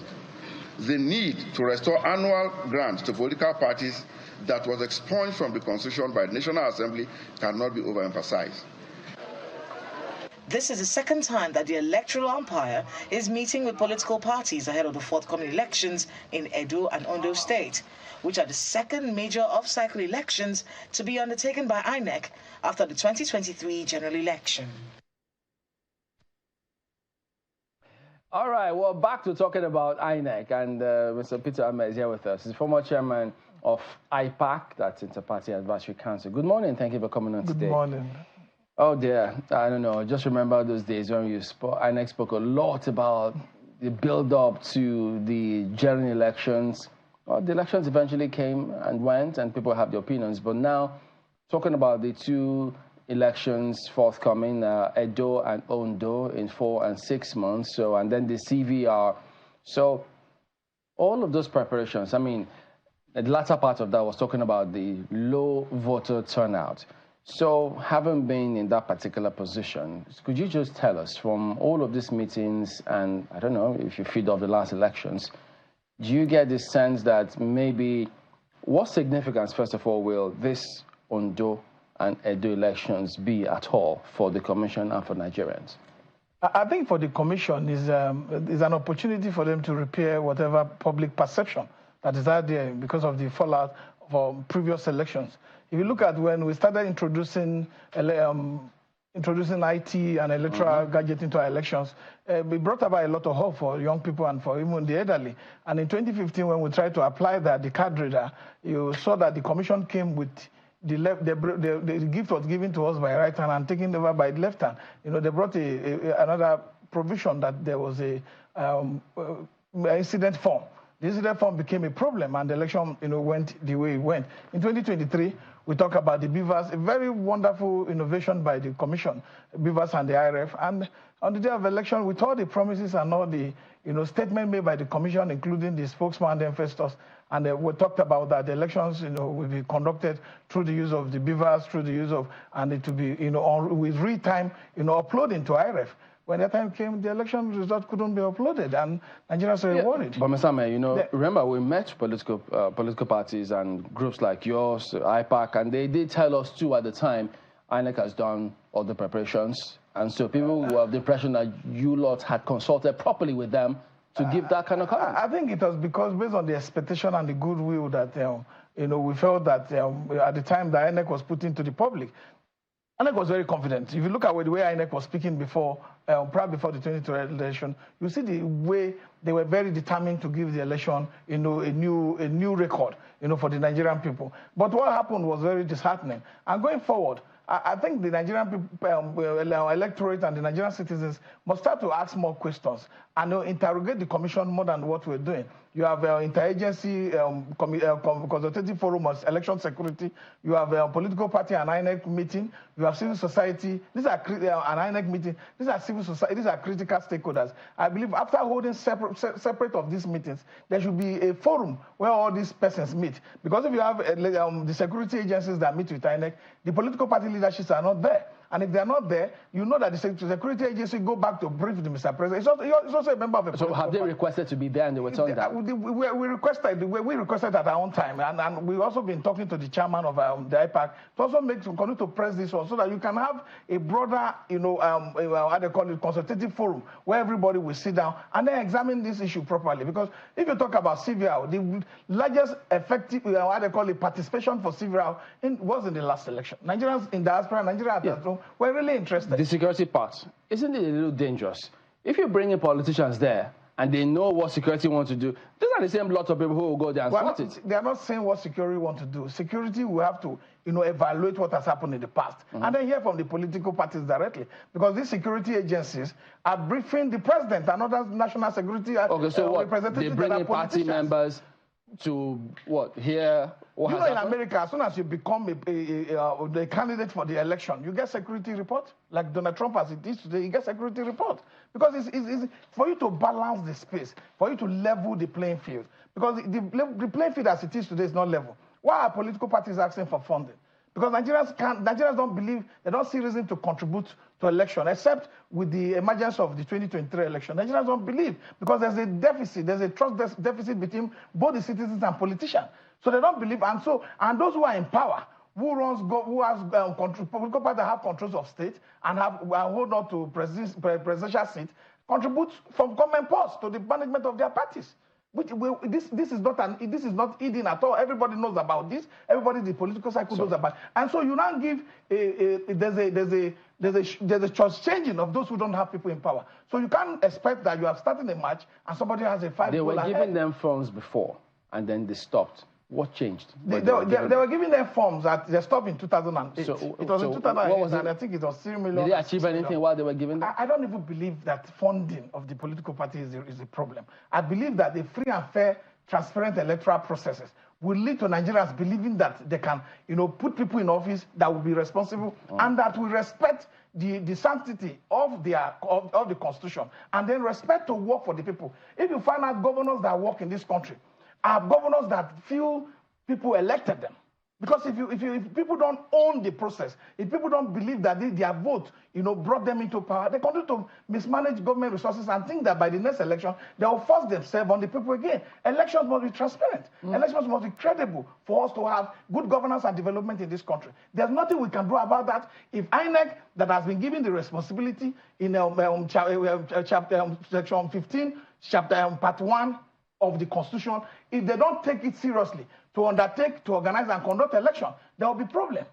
You know, I was listening and I was enjoying your relaying of, you know, what had happened with people's confidence when you went to 2015 and you're coming to 2023, etc., etc. Now, one of the reasons why a number of people had faith in the 2023 elections and the, what's the name of this device now? Card reader was 2015, BVAS and IREF. Yes, the BVAS as marketed by INEC was because of the off-cycle elections that had preceded the 2023 elections. So we had Anambra, we had, was it Edo? Yes, there was also the Edo elections. Yes, and then you had, I think there was one more election that happened before the 2023 elections, possibly this Ondo as well, where the card reader, beg your pardon, the BVAS was deployed, and we understand that it was who the people elected, that, you know, their choices were reflected, and there was general content, it would seem. I'm just a little curious, because we have had off-cycle elections after the 2023 general elections, and you might say, oh, you know, for people who actually excuse what happened in the 2023 elections, okay, the BVAS worked, IREF was faulty, something happened, there was a glitch, let's go with the term that INEC used. Would we say that, you know, the conduct of the other off-cycle elections after the 2023 elections was able to restore any kind of confidence in the Nigerian people? I think the off-cycles election and the other, you know, by-elections that were conducted in February. Yes, we saw that of Kogi and Imo. That's the off-cycle election. The one of Kogi was and Bayelsa. The result, the election was really bad. Where you see that in some cases and some local governments, the card reader was not the card reader wasn't used. Even if you look at the cases, the BVAS. Yeah, the BVAS wasn't used because you look at the numbers of accredited voters that is supposed to be tallied with the one that is on the card reader. It's not tallying. Because politicians are telling you that they want to be able to tally the numbers of accredited voters, or those who have voted, with the numbers of registered voters. And what the BVAS is supposed to do is supposed to put a benchmark to the level of how you want to rig the election. It's supposed to be a protective shield. So the innovation was superb. Just that the implementation, like everything that has happened in Nigeria, was a problem. Yeah, so because if you have a BVAS, you have a BVAS and you have an IREF, that in real time in every polling unit, you take a snapshot of that file and make it a PDF and upload it to the IREF portal. It gives a real-time information to those who are contesting the election. And because when you don't do that, the process of taking our elections result from the polling unit to the collation center, ward collation center, local government collation center, and state collation, that's where the fraud is. People will relay the result. Those people in government will deploy all sorts of how they call it, tactics, stop people on the way. Look at the result by the Center for Democracy and Development. The number of deaths that was recorded for 2023 election. If the election had stopped at the polling unit, this death would not occur. So I am a little curious. I mean, as political parties, people who are constantly engaging with INEC, especially at forums like this, do you take it up with them? Yeah, I was happy with the IPAC chairman with what he said. That INEC also to hold on to the the other side of the bargain by making sure the election will come, because INEC is telling them to go talk to their members, to come to vote and come outside to educate the electorate. But INEC should make sure that the election also is free, fair, and credible. You can't even the ad hoc staff would know that this country we are running, this country that belongs to all of us. If you go outside to conduct election and you feel that you will not be able to do what is right for the people, you are emboldening those who are in government, who are mismanaging, who are running our country down. Because there's no other way you can secure this country by making sure the elections is it INEC alone? Political parties have done their own part. Yeah, but when you say INEC should make sure, what can they do about security? Are they in charge of security? They are not in charge. They are collaborating with government agencies. Yeah, but what can they do with that? What they should, INEC already has power to, to take people, and the Nigerian Bar Association had agreed to provide lawyers that will prosecute those who have undermined our electoral processes. INEC should take over that power. INEC is very powerful with some of the functions that have been given to INEC. INEC is an independent commission. They can try these people, and when you start to try people and they go to prison, you can see the level of money spraying has reduced. People must be able to understand there's consequences for every negative action that is taken against the Nigerian state. If there are no consequences, and then people believe that when they take, look, there's a power by the Attorney General of the state, Nolly Prosecco. They can withdraw a case while it's in court If you arrest a party in this state and the governor feels that it's party members that were arrested, he will tell it as the general of the state to apply the principle of nolli prosequi and say they will not continue this prosecution and that they want to withdraw the case from court. I was going to say money spraying is a negative action for who? Certainly not the receiver. But let's go back to what it is that we're talking about. The receiver is the beneficiary. Let's talk about, the fact that you have evidence. I mean, this is when we talked about Kogi, for instance, just recently, and we know that the Supreme Court is going to be determining a number of issues very soon on that particular election, and it'll be very interesting to see, what is eventually decided. But what I'm trying to say is that there are certain evidence. It should just go beyond, I would imagine, that just saying, INEC, you have to conduct free and fair elections. That's what you would say even in peace times. But even in times when we now have concrete evidence that some places, this is what transpired, shouldn't there be accountability on the part of INEC to political parties like yourself, and by extension to the Nigerian people, who say, this is what we noticed in these elections? Can they explain why this is the situation? I've said, if you listen to the statement by the IPAC chairman, it was very clear that INEC has to hold on to the end of his own, this agreement. And there's a level. Political parties do not have power to supervise over INEC, though they are critical stakeholders in the electoral process. The other means they might deploy, maybe like protest, do whatever they like. No, I'm not asking that they supervise. That's not the word I didn't use that word. They won't go beyond writing letters and speaking to the conscience of the commission to do what is right. That's what they've been doing. That's what political parties have been doing since 1999. Speaking to the conscience of, and there have been improvements. I won't take it away from INEC that there have been intention to improve on our electoral processes. But the intention has metamorphosed into reality, that the elections have become more credible with the intentions that they had. So that's the question. If questions are now being asked, doesn't it put a burden on INEC to answer the questions that's being posed? INEC has been speaking from two sides of the mouth. You could see Festus probably before the election that the BVAS is mandatory for the election. The videos are there. They are there to prove that he said this. The commission chairman said this. But after that, they say, no, it's not mandatory. The process for conducting elections still remains the process as enshrined in the Constitution. If you go to what political parties should do, which you can find in section 223, 24 to 29, that they will canvass for votes. No, let's not get it twisted. They said the BVAS is mandatory. What the big dispute was is now the issue of the IREV. Whether the IREV is mandatory. Transmission of results. Transmission of results. That's where the big issue is. But where you allege that in some places in not just by-elections now, the off-cycle elections, that the BVAS wasn't even deployed. It wasn't even deployed. There are even accusations in some places that that results were even uploaded before election, especially in Kogi State on Friday. So this is accusation that is in public domain. And I think that INEC should find a proper way to sit, because INEC must be accountable. It's accountable to the Nigerian public. Which other proper way, if not this type of conference? This way is not even enough. It's not sufficient. They are talking behind closed door. Let them be a live broadcast and be able to tell Nigerians and break down the processes.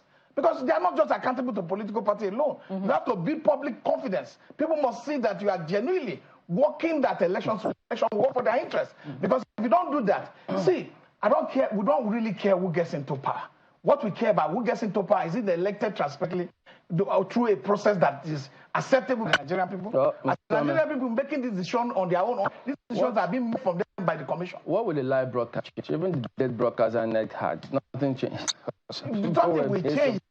See, politics everywhere in the world. It's not just the political party that makes it work. These are facts. If you go to Capitol Hill today in America, people are protesting for the right of dogs. The Nigerian system must stop being docile. They must participate in this process. The video was going about some time ago, 30 years ago, where people were still struggling to get fuel in Lagos. That place was close to where I was brought up. And now people are still struggling to get fuel. It is not just the political party that has this responsibility. The citizens also have this responsibility to call government to order and then make sure that this request is made. Because we will continue to live in the fact that if you don't better for one of my brothers, it's for me, then this is not the country we want for ourselves. The country we want for ourselves is where things work for everybody. Do you see any kind of change or improvements for Edo and Ondo? Yeah, in the Edo election, the off-season election of Edo you talked about, the citizen advocacy and participation was very high. And even the commission was aware that whatever they do, they would, against the intentions of the people, will also have a negative effect on the commission. And they stood their ground. But I believe that the commission should know that what people want Nigeria want is a free election. What Nigeria wants is a credible election. And what Nigeria wants is an election that will represent their vote, one man, one vote on the ballot. And we are keeping our eyes open, and every Nigerians are keeping their eyes open. Professor Mahmoud Yakubu should sign out with a loud one by doing what is right and by making sure that those over 100 staff that will conduct the next election, like I say, are well trained and are given the necessary equipment to do what is right. Wait a minute, are we not glossing over something that the chairman of INEC had said at some point about election management? How he thinks that INEC had a lot of burden on their shoulders. All those elections. Advocated for the bundling of the commission. So what should we be doing about that?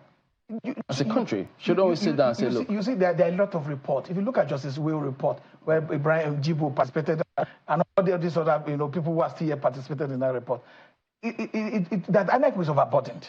Sincerely, INEC does delineation, voter education, voter political party registration, political party congress and convention. A lot of work that INEC has to go through. INEC also go to court to defend the conduct of elections that they've conducted. So people have talked about severally. But we're paying for it anyway. People have talked about severally that we should have independent National Electoral Commission that is responsible solely for the conduct of election. And you have political party registration and a management commission. We have that in Sierra Leone and other countries. Nigeria is not the first country that will do that. So because you have to relieve the burden of the commission and allow different agencies to do what they should do and then focus on specifics. Because the INEC chairman, you can calculate the level of letters and distraction is going to be getting from doing other things apart from election. All right, so for you, what will be your next move? What are you thinking about doing moving forward? Are you still, which party at the moment? I'm in Labour Party. Oh, so that picture that's circulating about Peter Obi meeting Atiku, what does that mean? What's going on there? Those who know my history with politics, you know that I've I've been participating in alliances and coalition.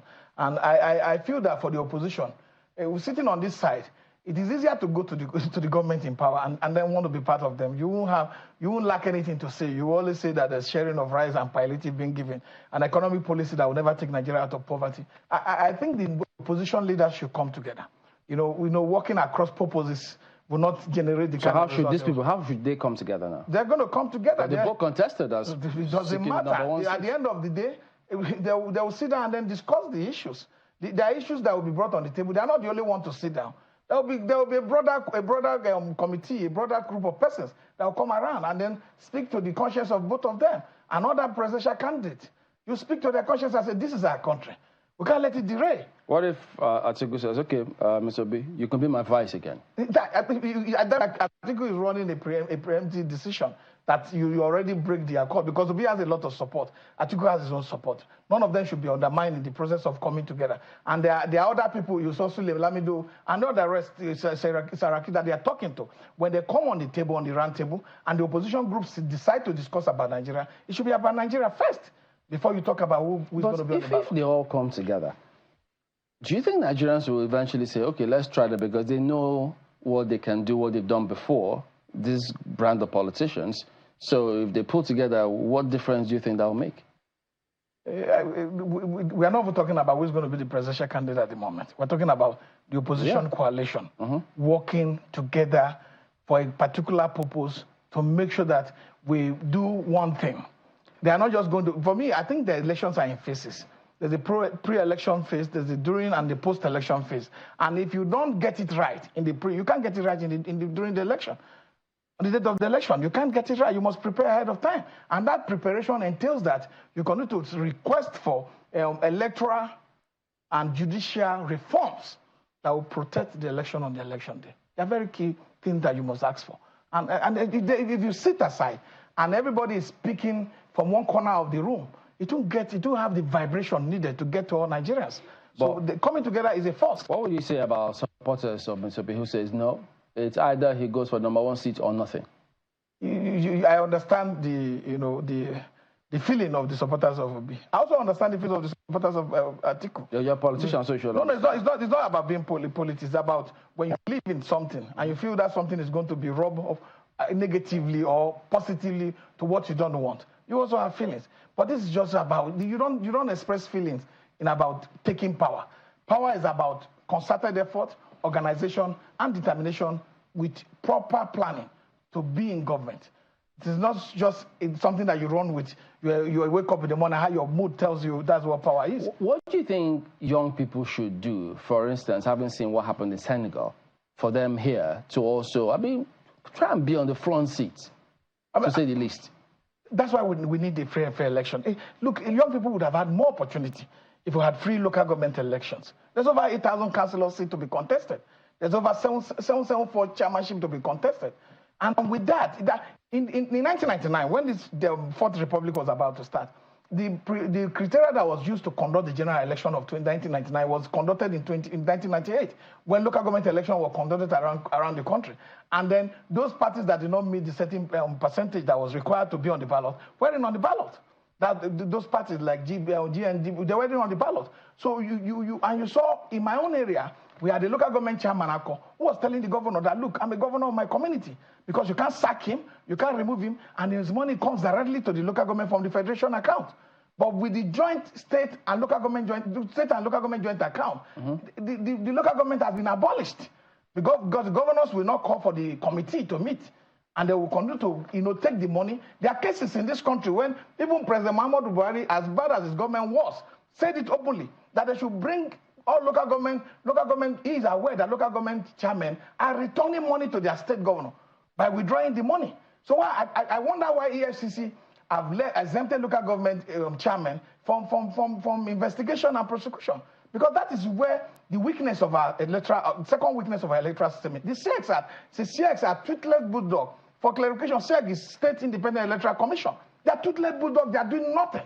You wake up tomorrow, there are caretaker committees in over 20 states in this country. What kind of authority does the state governor have to be appointing caretaker committee for local government? That law is not there, but because we have an hallelujah state assembly, that whatever the governors say, they will make a law for it. If the governors smile the money, they will make a law for smiling. So this is the problem we are facing. So if elections are free, young people should participate, contest election, and also win. All right, Mr. Peter, I'm a former chairman of IPAC and a member of the Labour Party. Thank you for coming on this morning. Well, that is the show. That wraps it up. We'll see you again next time. I'm Chamberlain, so have a very good day. Hallelujah State House of Assemblies. That's certainly one to ponder on. Thank you so much for watching this morning. I'm Maokbe Ogun Yusuf. Have a good day.